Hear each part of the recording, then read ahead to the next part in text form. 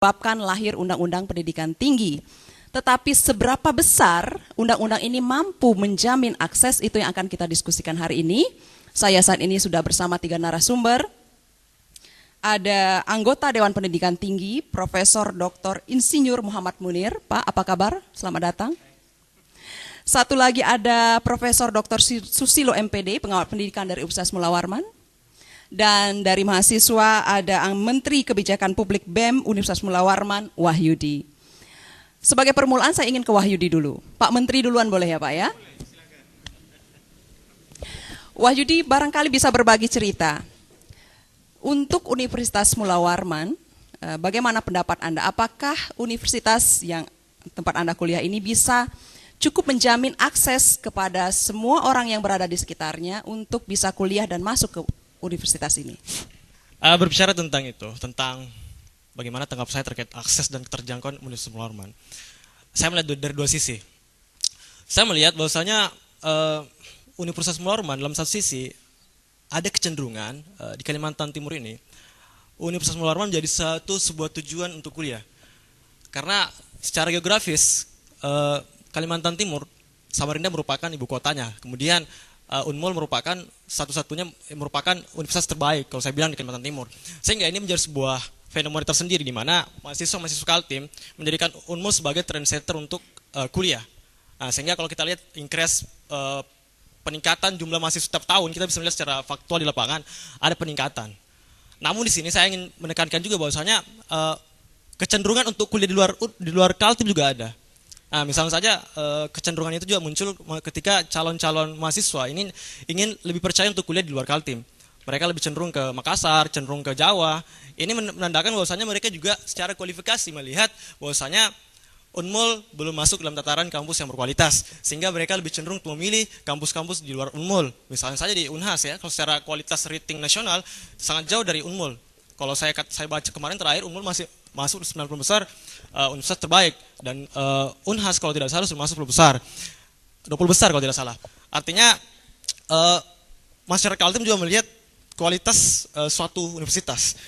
Dan terkait dengan keterjangkauan, apakah mahasiswa itu sudah terjangkau dari segi biaya untuk kuliah di Unmul? Saya ingin katakan bahwasanya Unmul termasuk universitas yang murah SPP-nya.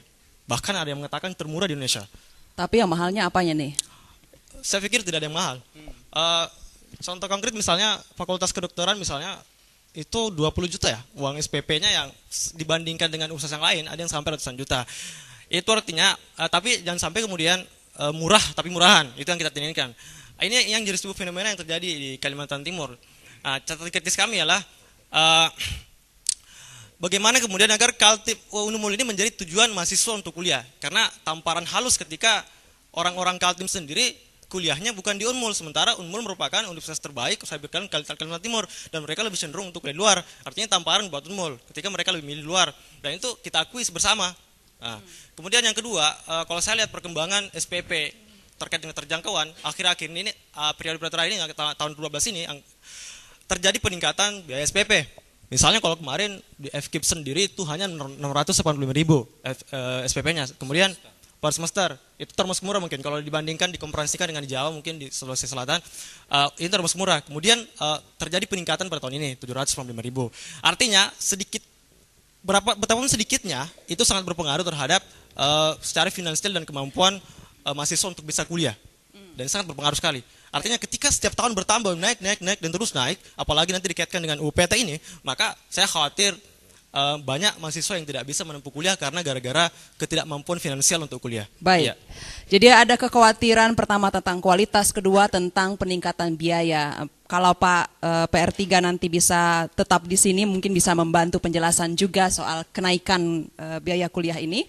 Tapi saya ingin dulu ke Pak Susilo. Pak Susilo, tadi Wahyudi sudah menjelaskan beberapa hal ya tentang akses keterjangkauan ini, mulai dari biaya kuliah masih dianggap murah begitu. Tapi yang Anda lihat apakah betul demikian? Misalnya kan kita juga tahu masih banyak orang yang tidak mampu, dan saya dalam pengamatan semalam misalnya saya melihat biaya hidup di kota ini cukup lumayan tinggi dibanding bahkan Jakarta begitu. Apakah ini mempengaruhi juga soal keterjangkauan untuk warga terutama mereka ingin kuliah untuk bisa menempuh pendidikan tinggi. Silakan Pak. Ya, jadi yang pertama ini tentang biaya. Saya memang setuju dengan yang dikatakan Mas tadi yang Presiden Wahyudi tadi, bahwa di Unmul ini termasuk murah kalau dibanding dengan di yang lain. Saya contohkan satu kasus KKN. KKN saya kebetulan ketua LPPM. KKN itu membayarnya 50.000. Itu kalau dihitung-hitung tidak cukup karena untungnya ada BOPTN, jadi kita bisa kemarin KKN tidak membayar sama sekali.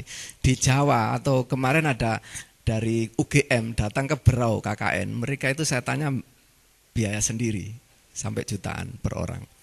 Itu kasus contoh kecil. Jadi dari sisi SPP juga relatif murah di sini. Tentang keterjangkauan itu kalau kita melihat dari UPT, saya baca di sini ada yang dikhawatirkan teman-teman mahasiswa, terutama di pasal 74. Pasal 74 itu sudah dijelaskan bahwa calon mahasiswa itu diberi kuota minimal 20% dari seluruh. Jadi kalau di Unmul sekitar kurang lebih 40.000 orang, 88 ribuan itu sudah Unmul harus mengatakan itu dari calon mahasiswa yang kemampuan akademiknya tinggi tetapi tidak mampu, dan ini bunyi undang-undangnya, dan calon mahasiswa tanpa melihat kemampuan akademik dari 3T, terluar, tertinggal, dan terdepan. Itu sudah diakomodir di dalam undang-undang UPT ini pasal 74. Jadi mengenai apakah nanti ada persepsi di masyarakat begini, masyarakat untuk menjangkau perguruan tinggi itu tidak semua bisa masuk. Berarti itu privilege perguruan tinggi itu. Tidak semua warga Indonesia, tidak semua anak bangsa bisa masuk perguruan tinggi. Nah, kalau dilihat dari pasal 74 tadi, itu bisa teman-teman atau calon mahasiswa yang dari tidak mampu, dari kalangan tidak mampu bisa masuk. Dan ada pasal lagi, pasal 63 nggak salah itu, yang mengatur tentang ini community college ya, akademi komunitas. Cuman itu Pak Munir saya belum persis tahu PP dan permennya seperti apa pelaksanaannya. Jangan-jangan saya hanya khawatir, jangan-jangan setelah dilaksanakan ini mencari izinnya luar biasa sulitnya. Nah, sama saja bohong kan. Kalau sekarang ini kan sulit sekali mendirikan universitas, bahkan ada moratorium. Baik. Gitu. Ya, tapi Prof, tadi kita bicara nampaknya ada tawaran-tawaran cukup menarik di Undang-Undang Pendidikan Tinggi ini. Tetapi kan kalau kita bicara soal keterjangkauan, kan kadang kita juga perlu memberi catatan